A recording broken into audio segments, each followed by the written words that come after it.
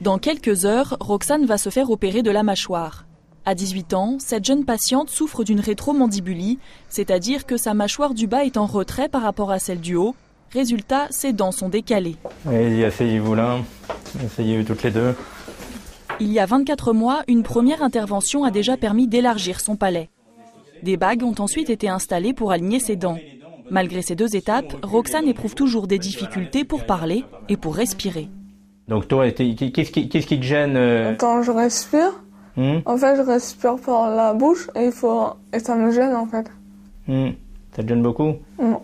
Le bénéfice de l'intervention, c'est d'avoir des lèvres qui se touchent sans aucune contraction des lèvres pour pouvoir respirer par le nez et pas par la bouche. Parce qu'à partir du moment où vous êtes obligé de contracter vos muscles de la houppe du menton, faire ça, automatiquement, quand vous êtes au repos, vous êtes comme ça. Et dès qu'on ouvre la bouche, on respire par la bouche et on ne respire plus par le nez. Vas-y, tu vas t'allonger ici, puis je vais regarder comment tu es. Pour éliminer toute contre-indication de dernière minute, le chirurgien contrôle l'état de la bouche de Roxane. Vas-y, ferme. Donc tu n'as pas de problème avec les gencives. Tu n'as pas eu d'infection là dernièrement? Tu n'as pas eu de gonflement? Non. Pas de douleur au niveau des dents? Ouvre grand. Sur la radio d'ailleurs on ne voit pas de foyer infectieux. Alors vas-y, serre tes dents, laisse tes lèvres au repos. Donc on voit bien que tu as un visage qui est beaucoup trop haut ici, et ça c'est beaucoup trop court. Et tes lèvres ne se touchent pas. Donc si tu avais le menton beaucoup plus en avant et la mâchoire plus en avant, ça serait beaucoup mieux du point de vue respiratoire et puis esthétique bien évidemment. Et serre tes dents, on voit très bien qu'il y a un gros décalage entre les dents maxillaires et les dents mandibulaires. Et là on voit qu'il y a un gros passage et que vous avez uniquement les dents du fond qui se touchent. L'intervention va durer 2 heures sous anesthésie générale.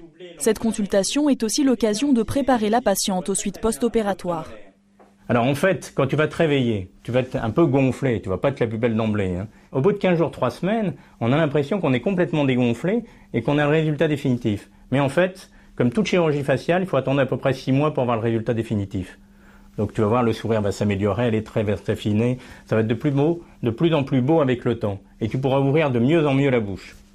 Alors l'autre inconvénient, c'est l'alimentation, c'est-à-dire que tu ne peux pas manger d'emblée un bon beefsteak, il faut attendre que la consolidation se fasse, et pour ça, il faut manger liquide pendant 15 jours et semi-liquide pendant 1 mois. Pour Roxane et sa mère, la respiration et le sourire ne seront pas les seuls bénéfices de la chirurgie. Et puis pour aussi la façon de parler, parce qu'elle a plein d'idées, mais vous voyez, elle a du mal à les exprimer parce qu'elle n'arrive pas, si vous voulez, à positionner sa langue correctement. Si la langue de Roxane ne se repositionne pas naturellement après l'opération, des séances de rééducation avec un orthophoniste lui seront prescrites.